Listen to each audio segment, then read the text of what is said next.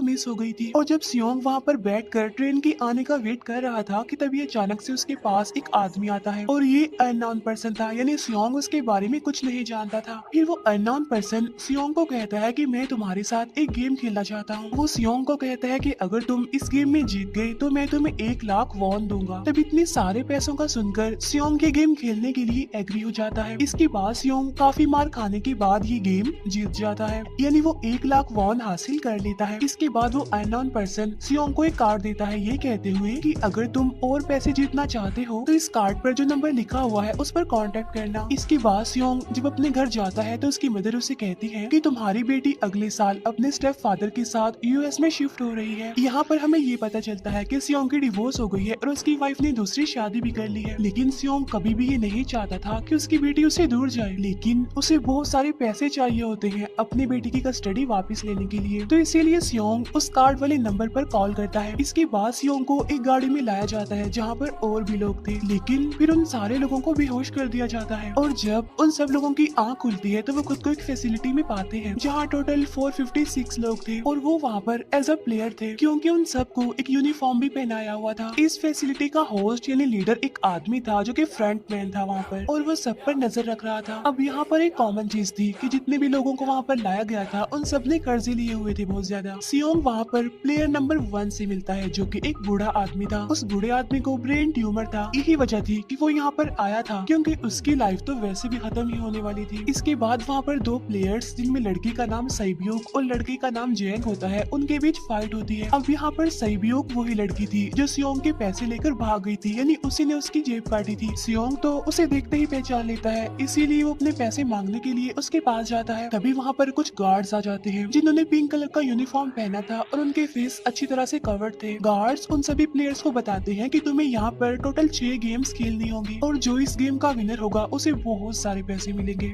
इसके बाद उन सबसे एक कॉन्ट्रैक्ट पर साइन करवाया जाता है और इस कॉन्ट्रैक्ट के 3 मेन रूल्स थे। पहला रूल ये कि कोई भी प्लेयर अपनी मर्जी से गेम को छोड़कर नहीं जा सकता। दूसरा रूल ये होता है कि जो भी प्लेयर खेलने से मना करेगा तो उस प्लेयर को एलिमिनेट कर दिया जाएगा, और उनके मुताबिक एलिमिनेट का मतलब क्या था ये तो हम आगे ही जानेंगे। गेम का तीसरा रूल ये था कि अगर मेजोरिटी इस गेम को खेलना नहीं चाहती तो वो इस गेम को छोड़कर जा सकते हैं। इसके बाद उन सबको गेम के लिए ले जाया जाता है। अब यहाँ पर सियोंग अपने क्लासमेट सैंगवू से भी मिलता है जो कि उसे बचपन से जानता था। सियोंग उसे वहाँ पर देखकर काफी हैरान होता है क्योंकि वो तो किसी बिजनेस के लिए आउट ऑफ कंट्री चला गया था। अब पहले गेम के लिए वहाँ पर एक काफी बड़ी डॉल थी और इस गेम का रूल काफी सिंपल था, और वो ये था कि डॉल जब भी गाना गाएगी उन सबको आगे बढ़ना है, और जैसे ही वो गाना गाना बंद करेगी तो उन सबको रुक जाना है और मूव नहीं करना है, और अगर कोई हिल गया तो उसे एलिमिनेट कर दिया जाएगा। अब स्टार्टिंग में तो ये सब कुछ उन्हें किसी प्रैंक की तरह लग रहा था, लेकिन जब एक लड़का हिल जाता है तो उसे शॉट करके मार दिया जाता है, और यही होता है एलिमिनेट का मतलब, यानी उन्हें मार दिया जाएगा। अब ये देखकर वो सारे लोग काफी घबरा जाते हैं और उन्हें पता चल चुका था कि वो खतरे में है, इसीलिए लोग डरते हुए पैनिक करते हुए इधर उधर भागने लगते हैं। लेकिन अब क्योंकि गेम का रूल था इसीलिए जो भी हिलता है उसे मार दिया जाता है, और जितने भी सर्वाइवर होते हैं वो किसी न किसी तरह इस गेम को कंप्लीट कर ही लेते हैं। लेकिन जो लोग मर जाते हैं उनकी डेड बॉडीज को वहाँ से ले जाया जाता है, और अब 456 प्लेयर्स में से सिर्फ 255 ही रह गए थे। अब क्योंकि वो सारे प्लेयर्स इतना ज्यादा डर जाते हैं कि अब कोई भी गेम खेलना नहीं चाहता था। लेकिन जैसा कि रूल नंबर 3 था कि अगर मेजोरिटी चाहे तो वो ये गेम स्किप कर सकती है, तो इसीलिए उनका लीडर यानी फ्रंटमैन वोटिंग करवाता है। लेकिन इससे पहले उन्हें प्राइज मनी दिखाई जाती है, यानी जो विनर को मिलेगी। लेकिन इन केस अगर कोई गेम को छोड़कर चला जाएगा तो ये सारे पैसे मरे हुए प्लेयर्स की फैमिलीज को मिल जाएंगे, और ये prize money total 45 billion won होती है। इसके बाद वोटिंग करवाई जाती है जिसमें मेजोरिटी इस गेम को खेलना नहीं चाहती थी, तो इसीलिए गेम को यहीं पर स्टॉप कर दिया जाता है। लेकिन अगर कभी फ्यूचर में वो लोग चाहें तो इस गेम को रीज्वाइन कर सकते हैं। इसके बाद सभी लोगों को उनके घरों पर छोड़ दिया जाता है। नेक्स्ट डे सियोंग पुलिस स्टेशन जाता है और वहाँ पर वो पुलिस को सारी बात बता देता है, लेकिन उन लोगों को सियोंग की बातों पर यकीन नहीं होता और उल्टा वो लोग उसे पागल समझने लग जाते हैं। इसके बाद सियोंग उन्हें वही वाला कार्ड दिखाता है, लेकिन हैरान कर देने वाली बात तो ये है कि उस पर जो नंबर था वो रॉन्ग था। इसके बाद सियोंग जब घर जाता है तो उसकी मदर वहाँ पर नहीं होती। उधर सियोंग का क्लासमेट सैंगवू अपनी मदर को छुप कर देख रहा होता है, और तभी वहाँ पर सियोंग भी आ जाता है। यहाँ पर सैंगवू अपसेट होते हुए सियोंग को बताता है कि मेरे ऊपर 6 बिलियन का कर्ज है। वो बताता है कि मैंने क्लाइंट्स के पैसे लेकर स्टॉक मार्जिन में लगा दिए थे, लेकिन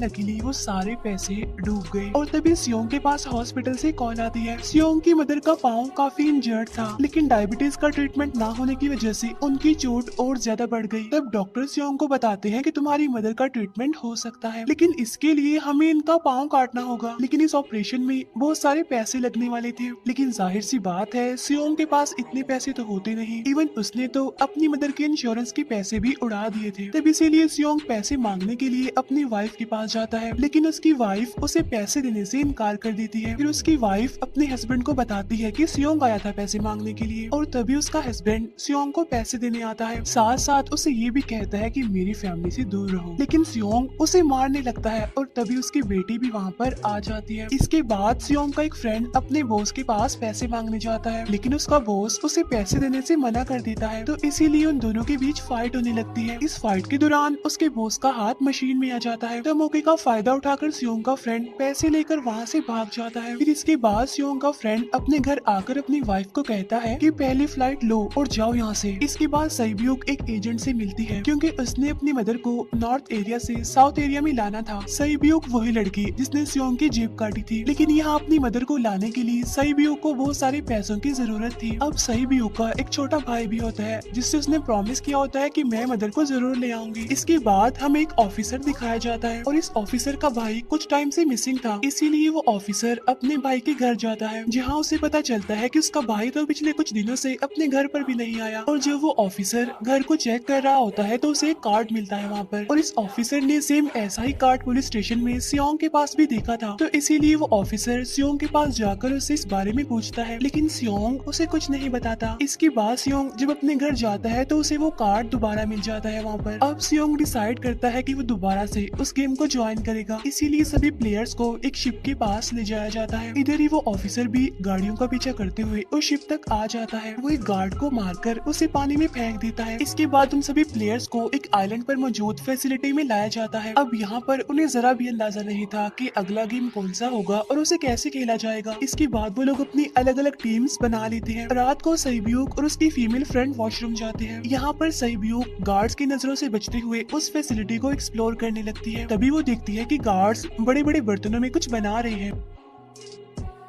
लेकिन अब क्योंकि गार्ड्स को शक हो जाता है तो ये गार्ड वॉशरूम्स को चेक करने के लिए आता है। लेकिन तब तक सईब्यूक वापस आ चुकी थी। इसके बाद सईब्यूक अपनी फीमेल फ्रेंड को सारी बात बता देती है जो उसने देखा था। लेकिन यहाँ पर सैंगवू उन दोनों की बातें सुन लेता है और वो इस बारे में सईब्यूक से पूछता है, जिस पर सईब्यूक बताती है कि वो बड़े बड़े बर्तनों में कुछ पका रहे थे। इसके बाद उन सभी प्लेयर्स को प्ले ग्राउंड में लाया जाता है, जहाँ पर उनके सामने 4 शेप्स थी। 4 शेप्स में से उन्होंने किसी एक शेप को चूज करना था। अब यहाँ पर सैंगवू को पता चल जाता है कि गेम क्या है और क्या करना है हमें। सैंगवू सियोंग को बताता है कि सबने अलग अलग शेप्स को चुनना है। इसके बाद उन सभी को एक छोटा सा बर्तन दिया जाता है जिसमें की शेप्स बनी होती हैं। अब गेम उनकी ये होती है कि उन्होंने किसी तरह उस शेप को बाहर निकालना है बगैर डैमेज किए। लेकिन अगर शेप जरा से भी खराब हो गई तो उन्हें एलिमिनेट कर दिया जाएगा, यानी मार दिया जाएगा। अब यहाँ पर सैंगवू तो इजिली उस शेप को निकाल लेता है, लेकिन सियोंग इतना ज्यादा घबरा जाता है कि उसकी हालत खराब होने लगती है। लेकिन फिर वो किसी न किसी तरह करके इस गेम को भी जीत लेता है। इसके बाद उन सबको वापस से रूम में लाया जाता है। अब यहाँ पर 187 प्लेयर्स वापस आए थे, जिनमें से अब सिर्फ 108 ही रह गए थे। इसके बाद उन सबको खाने के लिए ले जाया जाता है, लेकिन खाने की वजह से जैंग की एक लड़के से फाइट हो जाती है, जहाँ पर जैंग उस लड़के को इतना ज्यादा मारता है कि वो मौके पर ही मर जाता है। इधर ही हम देखते हैं कि उन प्लेयर्स में से एक डॉक्टर होता है जो गार्ड्स के साथ मिलकर मरे हुए लोगों के ऑर्गन्स निकाल कर उन्हें चाइनीज को बेचने का काम करता है। इसीलिए जब भी डेड बॉडीज को ले जाया जाता है तो वो डेड बॉडीज को गायब कर लेते हैं, क्योंकि ये सब कुछ एक प्लान के अकॉर्डिंग चल रहा था, क्योंकि ये सारा कुछ फ्रंट मैन से छुप कर हो रहा था। यही वजह थी कि कंट्रोल रूम में भी उन्होंने अपना ही एक आदमी बिठाया हुआ था जो कि उन लोगों की सारी वीडियो फुटेज डिलीट कर देता था। और गार्ड्स तो डॉक्टर को गेम के बारे में पहले ही बता देते थे ताकि वो सरवाइव कर सके। यहाँ पर एक गार्ड उसी प्लेयर डॉक्टर को बताता है कि आज हमने प्लेयर्स को जानबूझकर खाना कम दिया है ताकि वो आपस में लड़ने लगे, जिससे होगा ये कि सारे वीक प्लेयर्स गेम से आउट हो जाएंगे। साथ ही गार्ड डॉक्टर को अपनी अगली गेम के बारे में बता देता है। अब 30 मिनट के बाद वहाँ पर लाइट्स ऑफ होने वाली थी। अब यहाँ पर सेंगवू को पता था कि सियोंग की टीम जरूर कोई उल्टा काम करेगी, इसीलिए वो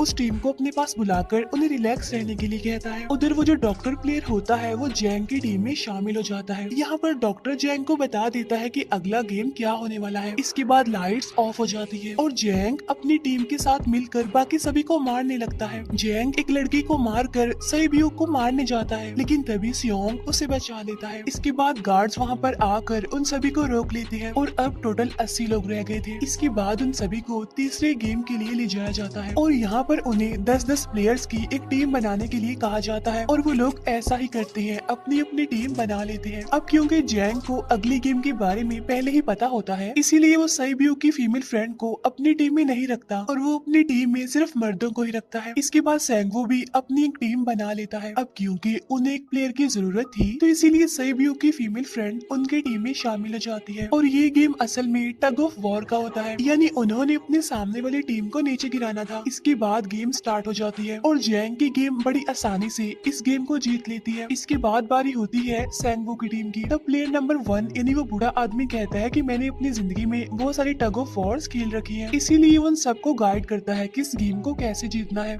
तो इसीलिए वो लोग किसी न किसी तरह करके इस गेम को जीत जाते हैं। फिर दिखाया जाता है कि 30 मिनट के बाद दोबारा से लाइट्स ऑफ हो जाएंगी, जिस पर सेंगवू उन सबको कहता है कि रेडी रहना। तो इसीलिए वो डिसाइड करते हैं कि एक एक करके हम पहरा देंगे। अब जैंग की टीम में एक से बढ़कर एक चालाक प्लेयर था, तो इसीलिए जैंग को डर होता है कि कहीं उसकी टीम उसे ही साइड पर ना लगा दे, यानी उसे ही अपने रास्ते से ना हटा दे।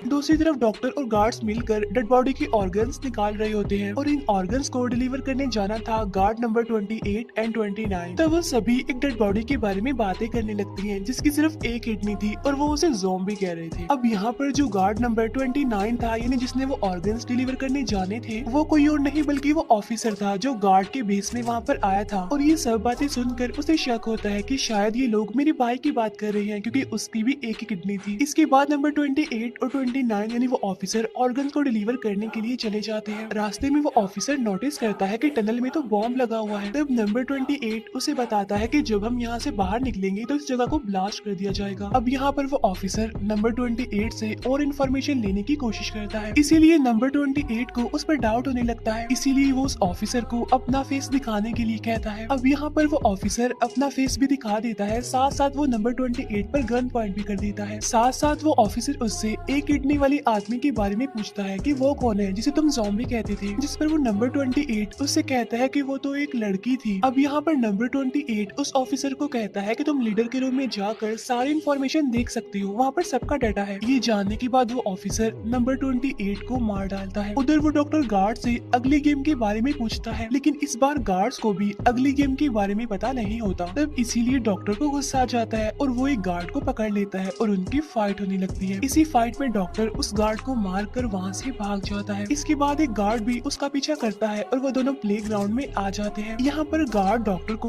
अपनी बातों में फंसाकर उसे मारने वाला होता है, लेकिन तभी लीडर यानी फ्रंटमैन आकर उसे मार डालता है और बाद में वो उस डॉक्टर को भी मार डालते हैं। साथ साथ इन्हीं वहीं पर नंबर 28 की डेड बॉडी भी मिल जाती है, जिससे इन्हें ये पता चल जाता है कि फैसिलिटी में कोई घुस गया है। उधर वो ऑफिसर लीडर यानी फ्रंटमैन के रूम तक पहुँच जाता है। तब वो चेक करते करते एक ऐसे रूम में जाता है जहाँ पर सबके रिकॉर्ड्स थे, और जब वो ऑफिसर रिकॉर्ड चेक कर रहा होता है तो उसे सभी विनर्स की एक लिस्ट मिलती है, जिसमें उसके भाई का भी नाम था, यानी वो भी कभी विनर था। उधर सभी प्लेयर्स को फोर्थ गेम के लिए ले जाया जाता है, जहाँ पर उन सबको अपना अपना पार्टनर चुनने के लिए कहा जाता है, और वो प्लेयर्स करते भी ऐसा ही है, अपना अपना पार्टनर चुन लेते हैं। सैब्यू की फीमेल फ्रेंड भी अपना पार्टनर ढूंढने की कोशिश करती है, लेकिन कोई भी उसका पार्टनर बनने को तैयार ही नहीं था। इसके बाद सभी प्लेयर्स को 10-10 मार्बल्स दिए जाते हैं। असल में ये गेम ऐसी होती है कि एक प्लेयर को अपने पार्टनर से सारे मार्बल्स लेने होते हैं बगैर कोई जोर जबरदस्ती किए, और जो दूसरा पर्सन होगा यानी जिसके पास मार्बल्स नहीं होंगे उसे मार दिया जाएगा। फिर सेंगवू और सियोंग का फ्रेंड ऑड और इवन का गेम खेलते हैं, जिसमें कि उन्होंने गेस करना था कि सामने वाले के हाथ में कितने मार्बल्स हैं। अब यहाँ पर सियोंग का फ्रेंड सेंगवू के सारे मार्बल्स जीत जाता है, जिसकी वजह से लास्ट में सेंगवू के पास सिर्फ एक ही मार्बल बचता है। अब क्योंकि सेंगवू को पता चल चुका था कि अब वो बच नहीं पाएगा, इसीलिए वो सियोंग के फ्रेंड को अपनी बातों में फंसा कर उसे ये यकीन दिलाता है कि अगर हम में से कोई भी हार गया तो हारे हुए लोगों का मैच दोबारा करवाया जाएगा। अब यहाँ पर सेंगवू धोखे से सियोंग के फ्रेंड के सारे मार्बल्स चेंज कर देता है। इसके बाद सेंगवू मार्बल्स लेकर गार्ड को दे देता है और वहाँ से बाहर चला जाता है। और जब सियोंग का फ्रेंड मार्बल्स चेक करता है तो वहाँ पर पत्थर होते हैं। उधर प्लेयर नंबर 1 यानी उस बूढ़े आदमी की हालत खराब हो रही थी, इसीलिए वो तो इधर उधर घूम रहा था, लेकिन सियोंग किसी तरह उसे खेलने के लिए एग्री कर लेता है। अब यहाँ पर वो दोनों यानी वो बूढ़ा आदमी और सियोंग भी इवन ऑड खेलते हैं। अब इनमें से वो बूढ़ा आदमी सियोंग के सारे मार्बल्स जीत जाता है, लेकिन लास्ट राउंड में वो बूढ़ा आदमी भूल जाता है कि उसने क्या चूज किया था। तो यहाँ पर सियोंग उसे बातों में फंसा कर उसके सारे मार्बल्स ले लेता है, लेकिन यकीन मानिए कि वो बूढ़ा आदमी काफी चालाक था। उसने एक मार्बल अपने पास ही रखा हुआ था और वो दोबारा से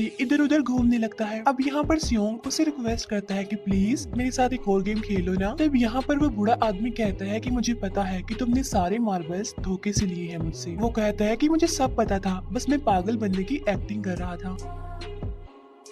तब ये सुनकर सियोंग को उस पर तरस आ जाता है और वो उसे ही सारे मार्बल्स दे देता है। उसके बाद सैब्यूक और उसकी फीमेल फ्रेंड भी गेम खेल रही होते हैं। उनकी गेम ये होती है कि जो मार्बल्स को दीवार के ज्यादा करीब फेंकेगा वही जीतेगा। पहले सैब्यूक अपने मार्बल्स फेंकती है, लेकिन जब सैब्यूक की फ्रेंड की बारी आती है तो वो अपने सारे मार्बल्स फेंक देती है। लेकिन जब सैब्यूक ये देख लेती है तो वो अपने फ्रेंड को दोबारा फेंकने के लिए कहती है, जिस पर उसकी फ्रेंड कहती है कि नहीं सैब्यूक, मैं बिल्कुल अकेली हूँ, मेरे पीछे तो कोई भी नहीं है, लेकिन अगर तुम्हें कुछ हो गया तो ये अच्छी बात नहीं है, तुम्हारे पीछे तुम्हारा छोटा भाई है, तुम्हारा वेट कर रहा है वो। और इसी वजह से सैब्यूक की फ्रेंड को मार दिया जाता है। इसके बाद उन सबकी डेड बॉडीज को वहाँ से ले जाया जाता है। इसके बाद वो सब वापिस से रूम में आ जाते हैं। यहाँ पर जैंग देखता है कि सैब्यूक की वो वाली फ्रेंड तो अभी तक जिंदा है, जो कि बड़ी आराम से बैठी हुई थी। अब यहाँ पर हमें पता चलता है कि सैब्यूक की ये वाली फ्रेंड जैंग की भी फ्रेंड थी, लेकिन अब क्योंकि उन दोनों के बीच किसी बात को लेकर क्लैश चल रहा था तो इसीलिए जैंग की वो फ्रेंड उसे बुली करने लगती है। इसके बाद फ्रंटमैन को एक डेड बॉडी के पास उस ऑफिसर का आईडी कार्ड मिल जाता है। तभी फ्रंटमैन को पता चलता है कि उसके सारे वीआईपीज आ चुके हैं, तो इसीलिए फ्रंटमैन उन्हें लेने के लिए चला जाता है। फिर सारे वीआईपीज को उनके रूम में लाया जाता है। इसके बाद फ्रंटमैन वीआईपीज के आने के बारे में एक और आदमी को जाकर बताता है और यही आदमी मेन होता है। और ये कौन होता है हम ये आगे जानेंगे। फिर नेक्स्ट डे उन सबको 5वें गेम के लिए लाया जाता है, जहाँ पर 1 से लेकर 16 तक नंबर पड़े होते हैं और वो सभी प्लेयर्स अपना अपना नंबर ले लेते हैं। नंबर का मतलब ये था कि जो नंबर भी एक प्लेयर पर आएगा उसके मुताबिक ही उसकी बारी आएगी। अब यहाँ पर लास्ट में पहला और आखिरी नंबर रह जाता है, यानी 1 और 16। तो यहाँ पर सियोंग कंफ्यूज हो जाता है कि उसे कौन सा नंबर चूज करना चाहिए। अगर उसने पहला नंबर लिया तो वो फंसेगा और मरेगा, क्योंकि उसे नहीं पता कि गेम क्या है। और अगर लास्ट नंबर लेगा तो क्या पता उसकी बारी ही ना आए, टाइम कम रह जाए। और तभी वहाँ पर एक आदमी आ जाता है और वो सियोंग को कहता है कि मुझे पहला नंबर चाहिए, क्योंकि मैं अपनी जिंदगी में कभी भी फर्स्ट नंबर पर नहीं आया। फिर इसके बाद उन्हें गेमिंग रूम में लाया जाता है। अब इस गेम का रूल ये होता है कि दिए हुए टाइम में उन्हें ब्रिज की दूसरी साइड पर जाना है। अब इसके बीच में 2 तरह के ग्लास लगे होते हैं, एक तो होता है आम ग्लास और एक होता है टेम्पर्ड ग्लास। आम ग्लास पर पाँव रखते ही वो टूट जाएगा और वो लोग नीचे गिर जाएंगे। इसके बाद गेम स्टार्ट हो जाता है और वो लोग एक एक करके मरने लगते हैं। फिर एक टाइम ऐसा आता है जब जैंग सबके सामने होता है और वो आगे ही नहीं बढ़ रहा होता। अब उनके पास एक ही रास्ता था, या तो वो आगे जाए या सारे ही मर जाएं। और तभी जैंग के सामने उसकी वही फ्रेंड आ जाती है जो उसे बुली कर रही थी और वो जैंग को कहती है कि मैंने तुम्हें कहा था कि जिस दिन तुमने मुझे धोखा दिया मैं तुम्हें मार दूंगी। इसके बाद वो जैंग को पकड़ लेती है और उसे लेकर नीचे कूद जाती है, जिसकी वजह से उन दोनों की मौत हो जाती है। अब वहाँ पर एक आदमी था जो कि ग्लास कंपनी में काम करता था और उसे पता था कि टेम्पर्ड ग्लास कौन सा है, लेकिन जब फ्रंटमैन को इस बात का पता चल जाता है तो वो लाइट्स ऑफ करवा देता है ताकि वो ग्लास को पहचान ही ना पाए। अब लास्ट में एक ही स्टेप बचता है और उनके पास तो टाइम भी नहीं था, इसीलिए सेंगवू उस आदमी को धक्का दे देता है। तो यहाँ पर सेंगवू, सियोंग और सैब्यूक ब्रिज को पार कर लेते हैं, लेकिन ग्लास टूटने की वजह से उन्हें काफी चोट लग जाती है, खास तौर पर सैब्यूक को।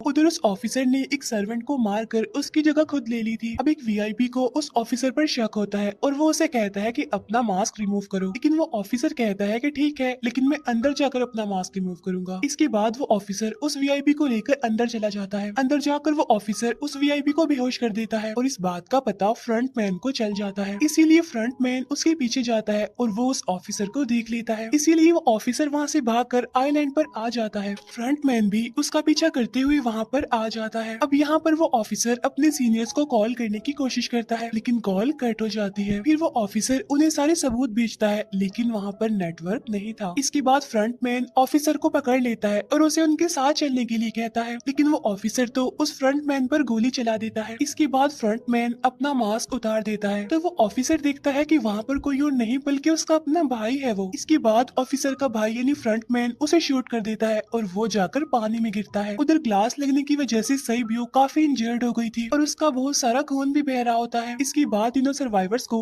डिनर के लिए ले जाया जाता है और उनके पास एक एक नाइफ भी रख दिया जाता है, मतलब रात में उन तीनों में से कोई भी एक दूसरे को मार देगा। तभी सियोंग नोटिस करता है कि सईब्यो की हालत काफी खराब है, इसीलिए वो सईब्यो को कहता है कि फिक्र मत करो, हम दोनों साथ हैं और इस गेम में हम दोनों मिलकर सैंगवू को हरा देंगे। इसके बाद हम दोनों यहाँ से बाहर निकल जाएंगे और पैसों को आधा आधा डिवाइड कर लेंगे। सईब्यो को उसे बताती है कि मेरा एक छोटा भाई है जिसे मैं ऑर्फनेज में छोड़कर आई हूँ और अगर हम दोनों में से कोई भी जिंदा बचकर बाहर जाएगा तो उसे उन दोनों की फैमिलीज का ख्याल रखना होगा। अब सईब्यो की हालत काफी खराब थी, उसे डॉक्टर की जरूरत थी, इसीलिए सियोंग कोई मदद लाने के लिए जाता है, लेकिन जब तक वो वापस आता है तब तक सैंगवू सईब्यो को मार चुका था। फिर नेक्स्ट डे उन दोनों को गेम नंबर 6 यानी लास्ट गेम के लिए ले जाया जाता है। गेम का रूल बड़ा ही सिंपल था कि मार दो या मर जाओ और इस गेम का नाम होता है स्क्विड गेम। इसके बाद गेम स्टार्ट हो जाती है और उन दोनों के बीच काफी फाइट होती है, लेकिन लास्ट में सैंगवू की हालत खराब होने लगती है। तभी सियोंग कहता है कि मैं इस गेम को रोकना चाहता हूँ और तभी सियोंग सैंगवू को उसके साथ चलने के लिए कहता है, लेकिन सैंगवू तो अपने आप को ही मार डालता है, जिसकी वजह से सियोंग गेम जीत जाता है। फिर फ्रंटमैन सियोंग को कहता है कि तुम बहुत अच्छा खेले, लेकिन मुझे इसकी उम्मीद नहीं थी। इसके बाद सियोंग को उसके घर पर छोड़ दिया जाता है और उसके पास एक एटीएम कार्ड भी था और जब सियोंग उस एटीएम कार्ड को जाकर चेक करता है तो वो दिखता है कि सारे पैसे उसके अकाउंट में भेज दिए जाते हैं। इसके बाद सियोंग अपने घर जाता है, लेकिन तब तक उसकी मदर की डेथ हो जाती है। इसके बाद हमें 1 साल बाद का सीन दिखाया जाता है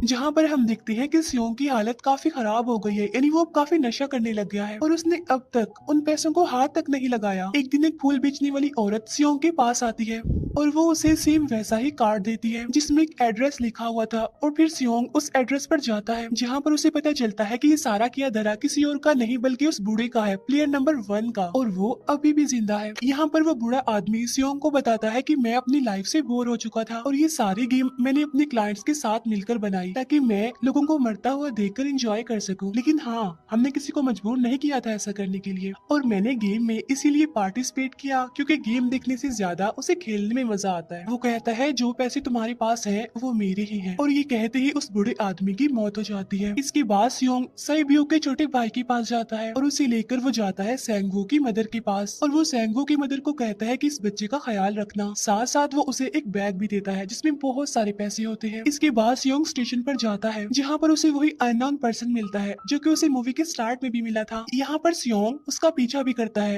लेकिन तब तक वो भाग चुका था। फिर सियोंग उस कार्ड वाले नंबर पर कॉल करता है और वो पूछता है कि तुम लोग कौन हो और लोगों के साथ ऐसा क्यों कर रहे हो, क्यों खेल रहे हो लोगों की जिंदगी से। लेकिन आगे से उसे रिस्पॉन्स आता है कि सियोंग अगर तुमने जिंदा बचना है तो प्लेन में चढ़ जाओ और इसी के साथ ही मूवी यहीं पर एंड हो जाती है। Thank you for watching.